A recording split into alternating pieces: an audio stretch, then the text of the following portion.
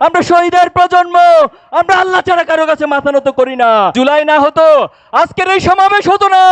যদি জুলাই না হতো 2026 সালে কোন নির্বাচন হতো না।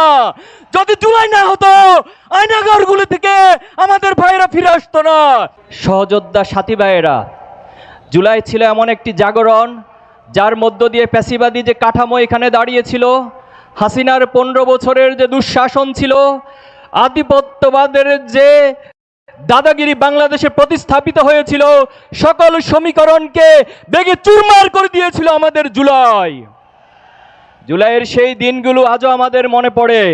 সারা দেশে রক্তাক্ত, সারা দেশ থেকে প্রতিটি ক্ষণে ক্ষণে শাহাদাতের সংবাদ, আহত হওয়ার সংবাদ, নির্যাতনের সংবাদ, গ্রেপ্তারের সংবাদ। আজকে জুলাই পরবর্তী যে বাংলাদেশ, সে বাংলাদেশে আমরা কয়েকটি পক্ষ দেখি।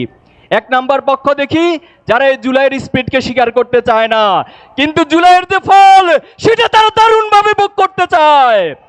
আর একটা পক্ষকে দেখি তারা নিজেদেরকে মাস্টার মাইন্ড দাবি করে জুলাইয়ের ক্রেডিটকে নিজেদের পকেটে অবস্থান করতে চায়। আর একটা পক্ষকে দেখি তারা কোনো ক্রেডিটের দাবি না করে বরং জুলাইকেই নিজেদের, জুলাইয়ের স্পিডকে ধারণ করে এই বাংলাদেশকে, শহীদদেরকে ধারণ করে, শহীদের তামান্নাকে ধারণ করে বাংলাদেশ গড়ে তুলতে চায়। আমরা সকলের প্রতি আহ্বান জানাবো, যদি জুলাই না হতো আজকের এই সমাবেশ হতো না।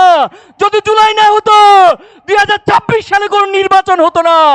যদি জুলাই না হতো আয়নাঘরগুলো থেকে আমাদের ভাইয়েরা ফিরে আসতো না। এজন্য যারা আগামীকে জুলাইকে ধারণ করতে পারবে তারাই বাংলাদেশকে নেতৃত্ব দিবে। সংগ্রামী উপস্থিতি, আমরা চাই এদেশে কোনো বিভাজনের রাজনীতি না হোক, এদেশে ঐক্যের রাজনীতি হোক। আমরা চাই এদেশে সকলের জন্য সমান অধিকার নিশ্চিত করা হোক, সকলের জন্য ন্যায় বিচার নিশ্চিত করা হোক, এদেশে সকলের জন্য ইনসাফপূর্ণ একটি রাষ্ট্র কাঠামো নিশ্চিত করা হোক। আজকে জুলাই পরবর্তী প্রজন্ম সেই স্বপ্ন দেখে।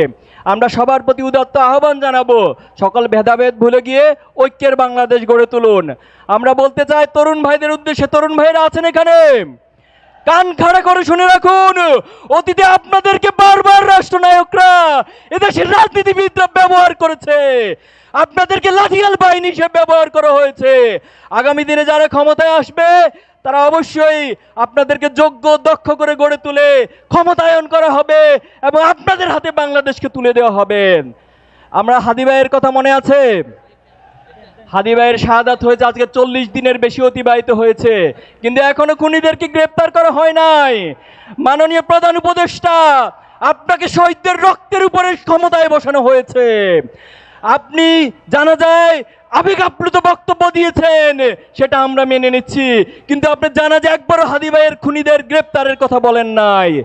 আমরা দাবি করব, বাংলাদেশে 18 কোটি মানুষের দাবি, হাদি ভাইয়ের খুনিদেরকে গ্রেপ্তার করতে হবে। বাংলাদেশে আর কোনো হত্যার রাজনীতি চলবে না। সর্বশেষ বলতে চাই, আমাদেরকে অনেকে ভয় দেখানোর চেষ্টা করে, আমাদের নারী বোনদের উপর হামলা করার চেষ্টা করা হচ্ছে, তাদেরকে হেনস্থা করা হচ্ছে, নারীদের উপর নিপীড়ন করা হচ্ছে। তাদের উদ্দেশ্যে বলবো, আমরা জুলাইয়ের প্রজন্ম, আমরা শহীদের প্রজন্ম, আমরা আল্লাহ ছাড়া কারো কাছে মাথা নত করি না। আমরা এই দুনিয়াতে পা রেখেছি শাহাদাতের তামান্না নিয়ে।